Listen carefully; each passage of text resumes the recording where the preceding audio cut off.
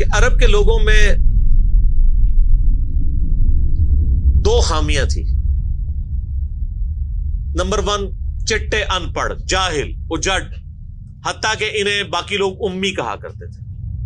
امی نیرے ان پڑھ.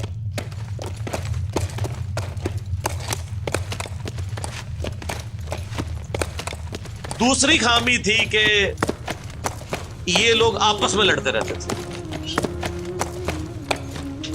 خاندانوں کے خاندان ختم ہو جاتے تھے. پانی پینے پلانے کے اوپر جھگڑا ہوا ہے تو 10 سال لڑائی ہو رہی ہے. یہ دو خامیاں تھیں. نمبر 1 چٹے ان پڑھ، نمبر 2 لڑاکو لیکن آپس میں. لیکن دو خوبیاں بھی تھیں. ایک خوبی یہ تھی کہ یہ ٹف ماحول کے عادی تھے، ریگستان کے رہنے والے، گرمیوں میں یعنی اتنے مشکل سفر کرنے والے، اونٹ کے اوپر مہینوں کے سفر، تھوڑا سا ساز و سامان کے ساتھ. اور دوسری خوبی یہ تھی کہ یہ جب کسی کو زبان دے دیتے تھے نا، پھر گردن ہی کٹتی تھی، پیچھے نہیں ہٹتے تھے، چاہے کسی دشمن کو بھی زبان دی ہے. اللہ نے ان کی یہ دو خوبیاں یوٹیلائز کر لی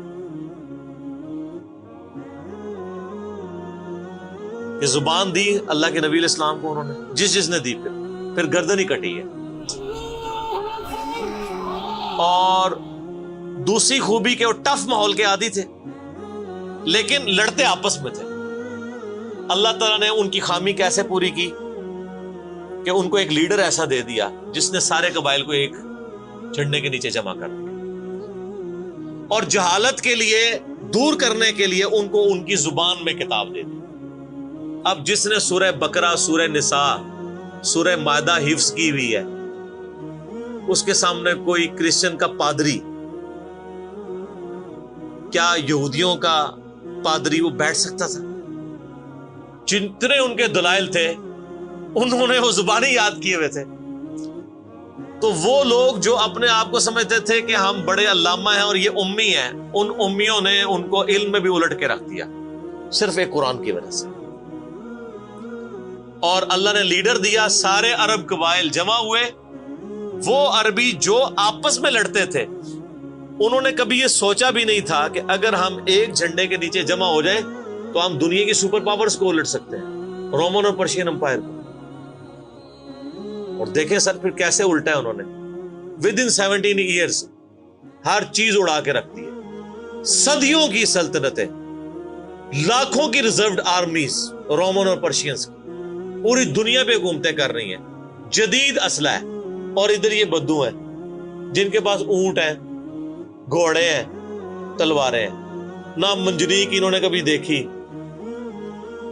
نہ ان کے پاس اس طرح کے ہاتھی بڑے بڑے جو پرشینز کے پاس تھے. بس چل پڑے، کلمہ پڑے اور نکل کھڑے ہوئے.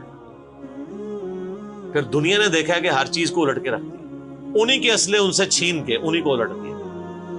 وہ ساری کی ساری بجلی کس نے بھری تھی ان کے اندر؟ اس کتاب میں.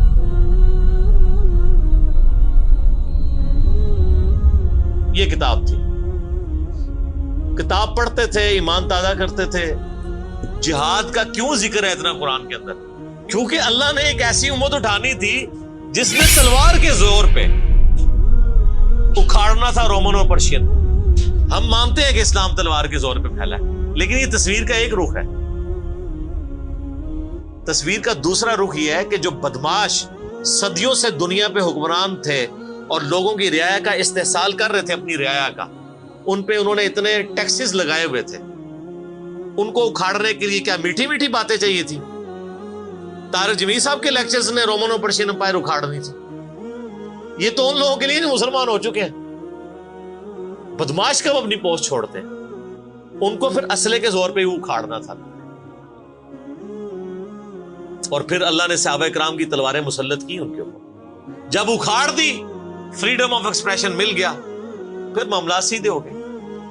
اس زمانے میں بادشاہ کا دین رعایا کا دین ہوتا تھا. اگر کوئی رعایا کہے نا کہ میں بادشاہ کے دین سے الگ ہوتا ہوں، قتل ہو جاتا تھا. آپ پتہ عیسائیت کیسے پھیلی ہے؟ یہ تو سارے بت پرست تھے.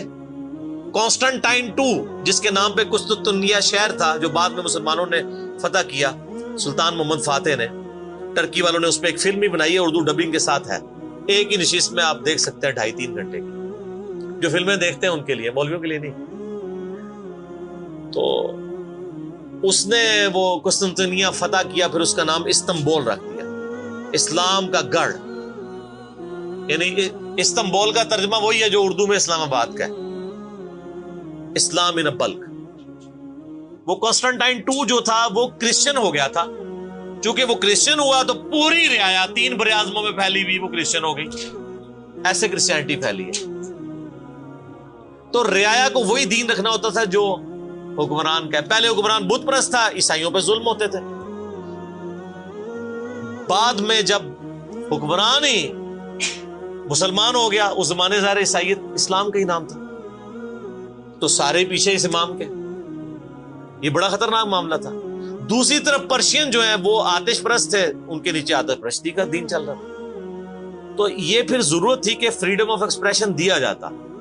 اسلام نے تلوار کے زور پہ ان کو اکھاڑا، ان کی بدماشیاں ختم کی، اور ایسی ختم ہوئی کہ بخاری مسلم کی حدیث ہے، نبی علیہ السلام نے فرمایا ان قریب کیسر ختم ہو جائے گا، پھر قیامت تک کوئی کیسر نہیں ہوگا. ہائے ہائے ہائے سر، یہ پروفیسیز اللہ کی تائید کے ساتھ ہی کوئی دے سکتا ہے. ان قریب کسرا ختم ہو جائے گا، قیامت تک کوئی کسرا نہیں ہوگا. دیکھ لیں 1500 سال ہو گئے ہیں، نہ رومن امپائر دوبارہ بنی، نہ پرشین امپائر دوبارہ بنی. حتیٰ کہ اب تو وہ کانسیپٹ ہی ختم ہو گئے، ملکوں والا کانسیپٹ آ گیا. اور اس زمانے میں یہ بات کرنا ایک ایسے شخص کا جس کے اوپر ایمان لانے والے گنتی کے لوگ ہوں، بہت بڑی بات ہے. اور اللہ نے پھر اکھڑوایا. اور آج فریڈم آف ایکسپریشن ایسا ہے کہ آج تلاوت ہو رہی ہوتی ہے تو ٹرمپ بھی بیٹھ کے سن رہا ہوتا ہے. کیوں؟ حالانکہ وہ کرسچن ہے. فریڈم آف ایکسپریشن آ گیا. آپ جائیں امریکہ میں، آپ کسی مارکیٹ میں مسلح ڈال کے نماز پڑھیں، کوئی آپ کو منع نہیں کرے گا. الٹا آپ کے ساتھ سیلفیاں بنا رہے ہوں گے کہ یہ کیا ہو رہا ہے. تو پہلے کوئی سوچ سکتا تھا کہ فرعون کے سامنے کوئی نماز پڑھتا؟ جادوگروں نے ذرا سی بات کی، ایمان لے کے آئے تو میں تمہیں سولی دے دوں. تو یہ اسلام اس دور جدید کا خالق ہے، اور یہ دور جدید کو تخلیق جو اسلام نے دی ہے وہ قرآن کے ذریعے. ایک علامہ وحید الدین خان صاحب ہیں انڈیا کے، 90+ ان کی ایج ہے. انہوں نے کتاب لکھی ہے اسلام دور جدید کا خالق. اسی ٹاپک کو ایڈریس کی، کمال کی کتاب ہے وہ، اور پڑھنے سے تعلق رکھتی ہے. آپ گوگل سے اس کا PDF بھی ڈاؤن لوڈ کر سکتے ہیں، چھوٹی سی کتاب ہے. تو انگلش میں بھی ایک کتاب لکھی ہے گاڈ رائزز، خدا ابھرتا ہے. خدا پھر جو ابھرا ہے نا جی قرآن کے ذریعے. خدا کو تو خیر مخلوق کی ضرورت نہیں ہے، لیکن مخلوقات نے جو تماشا بنایا ہوا تھا نا، اس تماشے کو ہمیشہ کے لیے اللہ تعالیٰ نے اپنے پیغمبر امام اعظم سیدنا و مولانا محمد رسول اللہ صلی اللہ علیہ وآلہ وسلم کے ذریعے شرک کا خاتمہ کر کے قیامت تک کے لیے جو دین اسٹیبلش کیا اس کتاب کے ذریعے. اب یہ کتاب قیامت تک نبی علیہ السلام کا معجزہ ہے. یہ کتاب ہے سر جس نے دنیا پلٹ دی، اور یہ وہ کتاب ہے جو ہم صرف اپنی بچی کو جب رخصت کرنے لگتے ہیں نیچے سے گزارتے ہیں، ٹھیک ہے، اور چوم کے غلاف میں رکھ دیتے ہیں. اس سے زیادہ اس قرآن کو ہم کوئی اہمیت نہیں دیتے.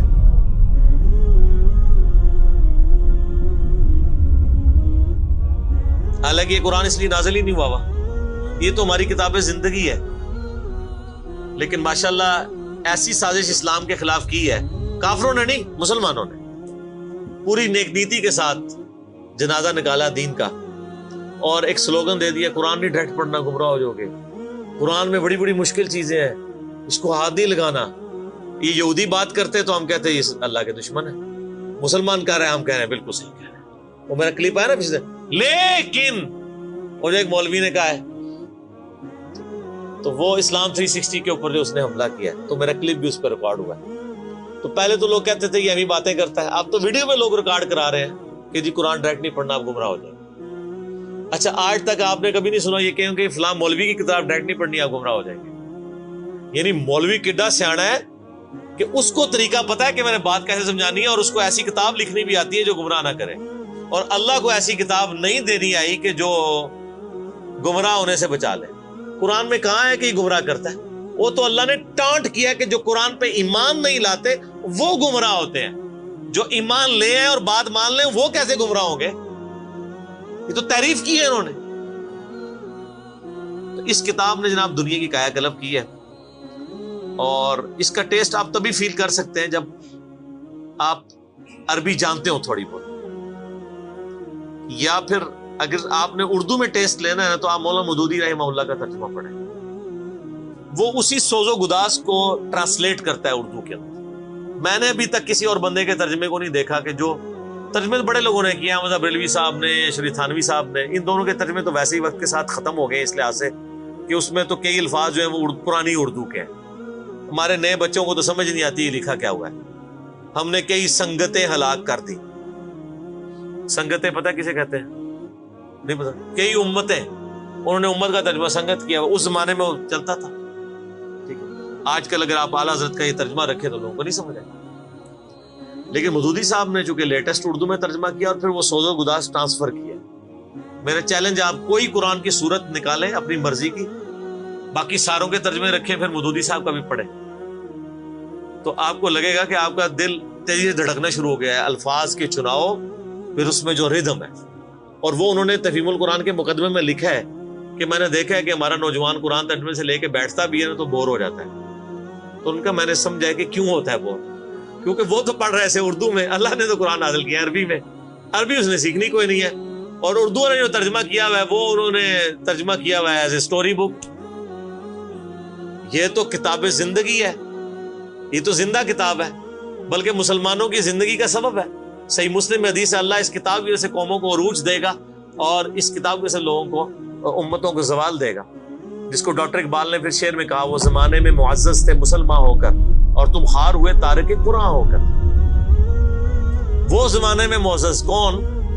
صحابہ، اہل بیت، تابعین، تبع تابعین، اور تم خار ہوئے کون؟ اسی، اور صرف اسی نہیں، ساڑھے بزرگ بھی۔ یہ نہ سمجھیے گا، ظاہر آپ تو ہم کہہ سکتے ہیں نا، ڈاکٹر اقبال کے زمانے میں انڈیا، پاکستان، بنگلہ دیش کے جتنے بابے زندہ تھے، آج تو کہہ سکتے ہیں مر گئے ہیں۔ ڈاکٹر اقبال جب یہ شعر کہہ رہا تھا تم خار ہوئے تارک قرآن ہو کر، تو وہ خار احمد بریلوی صاحب، اشرف تھانوی صاحب، یہ سارے لوگ زندہ تھے اس وقت، تو انہی کو ہی کہہ رہے تھے نا۔ حتیٰ کہ قرآن کے ترجمے کو بھی گناہ سمجھا گیا۔ یہ تو بہت بعد میں ترجمہ ہوا ہے، اس پہلے ترجمہ شاہ ولی اللہ دہلوی نے کیا۔ پہلے تو لوگ کہتے ہیں قرآن کا ترجمہ کرنے کی ضرورت نہیں ہے، اور یہاں لوگ کہتے ہیں بزرگوں کی بڑی خدمات ہے۔ ہم پوچھتے ہیں 1000 سال سے بزرگ یہاں بیٹھے ہوئے ہیں، کسی ایک بزرگ کا قرآن کا بخاری کا ترجمہ مجھے دکھا دیں کہ جی یہ سلطان بہو نے دیکھے نہیں قرآن کا ترجمہ کیا، یہ جی داتا صاحب نے بخاری شریف کا ترجمہ کیا۔ کیا انڈیا، پاکستان، بنگلہ دیش کے لوگوں کی زبان عربی تھی؟ فارسی تھی نا؟ تو کسی بزرگ کو توفیق نہیں ہوئی ہے کہ قرآن کا فارسی میں ترجمہ کر دے۔ اتنا بڑا چھکا میں نے مارا ہے کہ قیامت تک یہ روئیں گے۔ آندہ کو کہنا بزرگوں کی خدمات ہیں۔ ہمارے پرائم منسٹر صاحب بھی کہتے ہیں نا جی وہ فرید الدین گنج شکر کی بڑی تعلیم۔ فرید الدین گنج شکر صاحب نے کون سا قرآن کا ترجمہ کیا؟ اگر کسی نے قرآن کا ترجمہ ہی نہیں کیا، بخاری مسلم کا ترجمہ ہی نہیں کیا، وہ کیا خدمات کرتا رہے؟ وہ اپنی تعلیمات دیتے رہے۔ صحیح غلط اس کا فیصلہ ہم نہیں کرتے، وہ تو پھر میں اور طرف چل پڑوں گا۔ صرف جو خدمات والا ڈھونگ رچایا ہوا ہے نا، وہ میں آپ کو بتا رہا ہوں۔ جتنوں کے مزار بنائے ہوئے آپ نے، کسی ایک کا ترجمہ دکھا دے قرآن کا، تو یہ پھر انہوں نے جان بوجھ کے سیاست کی اسلام کے نام کے اوپر، اپنی باتیں کرواتے رہے۔ سر ان کو پتا تھا قرآن کا ترجمہ ہو گیا، سورہ زمر اور سورۃ الانعام اگر اردو میں آ گئی تو بابوں کو کس نے پوجنا ہے؟ سر بخاری کا اگر ترجمہ ہو گیا تو ساروں نے تو رفع الیدین سے نماز پڑھنی ہے، بابے سارے بغیر رفع الیدین والے نے۔ یہ وجہ تھی کہ بڑی ہوشیاری ہے انہوں نے، یہ نہ سمجھو بولے سمجھے، بہت ہوشیار سمجھے۔ اور دیکھ لینا پھر اب رزلٹ سامنے آ گیا، جدھر ترجمے ہوئے ہیں وہ کہنا نہیں پیو دادے تے ایتھے ہاتھ بندہ سی، اے ایتھے بندہ ہے، تو رزلٹ نکل آیا نا۔ اسی لیے بزرگ جو کام کرتے ہیں وہ حکمت سے خالی نہیں ہوتا۔ ہاں انہوں نے بڑی ہوشیاری دکھائی ہے آپ کے ساتھ، لیکن اللہ کا وعدہ ہے، هو الذی ارسل رسولہ بالہدی ودین الحق لیظہرہ علی الدین کلہ۔ قرب قیامت سے پہلے دین کو غلبہ ملنا ہے، غلبہ بابوں کے ذریعے نہیں ملنا تھا، اسی کتاب سے جس کتاب نے پہلے غلبہ دلایا، اب آج دیکھیں بچہ اینڈرائڈ فون کھولے ہوئے ہے، کوئی آیت آتی ہے ترجمہ پڑھ لیتا ہے۔ تو سر یہ خدمت تو پھر انہوں نے کی ہے نا اسلام کی۔ اچھا یہ اینڈرائڈ فون کس رحمت اللہ علیہ نے بنایا تھا؟ وہ کہتے ہیں بزرگ تے دنیا ہی کلپ کر دے نگاہ مار کے، وہ بزرگوں نو لے آؤ تے ٹھیپا موبائل نیچے چلا سکتے؟ آپ مجھے بتائیں میں کسی بزرگ کو قبر سے نکالوں اور اس کو کوئی موبائل چلا لے گا؟ آپ کا بچہ چلا لیتا ہے۔ اور کسی کا اگر اتنا ایمان ہے نا بزرگوں کے اوپر، تو آج والے بزرگوں پہ بھی ہے، تو میں نے ان کو بڑی دفعہ مشورہ دیا ہے کہ بزرگ جو جناب دنیا چلا رہے ہیں، تو میں ان کو کہتا ہوں آپ کو بزرگوں کے ساتھ جہاز پہ بٹھاتے ہیں، جب 10 کلومیٹر ہائٹ پہ پہنچ جاتا ہے یہ بوئنگ جہاز، جب پہنچے تو ہم پائلٹ کو کہے کہ تو تے پائی بسم اللہ پڑھ کے تے پیراشوٹ نال کود جا، ہن بزرگ چلان تے جہاز لینڈ کران، وہ کتنے لینڈ ہوئے گا جہاز؟ بزرگاں دے مرید بھی اس جہاز ہی نیچے بیٹھ لگے، جہاں تانوں کہندے بزرگ دنیا چلا رہے ہیں، ان کو بھی پتا ہے جہاز کو نہیں لینڈ ہونا، اور جو جہاز نہیں لینڈ کرا سکتا، میں کہتا ہوں کسی بزرگ کو آپ لا کے جہاز کے کاکپٹ میں بھی بٹھا دینا، وہ نہیں لینڈ کرا سکتا۔ ہاں لینڈ کرائے گا اگلے جہاں جا کے، وہ بھی وہ نہیں کرائے گا، خود ہی ہوئے گا۔ سب کہانی ہے، کہانیوں کا دور ختم ہو چکا ہے، کیونکہ اب ایک نعرہ عام ہے، کون سا؟ کہ نہ میں وابی نہ میں بابی، میں ہوں مسلم علمی کتابی۔ تو یہ علمی کتابی جب ہم کہتے ہیں تو وہ علم کون سا علم ہوتا ہے، وہ کتاب کون سی کتاب ہوتی ہے؟ یہ اللہ کی کتاب جس پہ ہم بات کر رہے ہیں۔ تو آپ دیکھیں میں نے اس پہ بھی 30-35 منٹ لگ گئے۔ اب آپ آ جائیں سورہ النبأ۔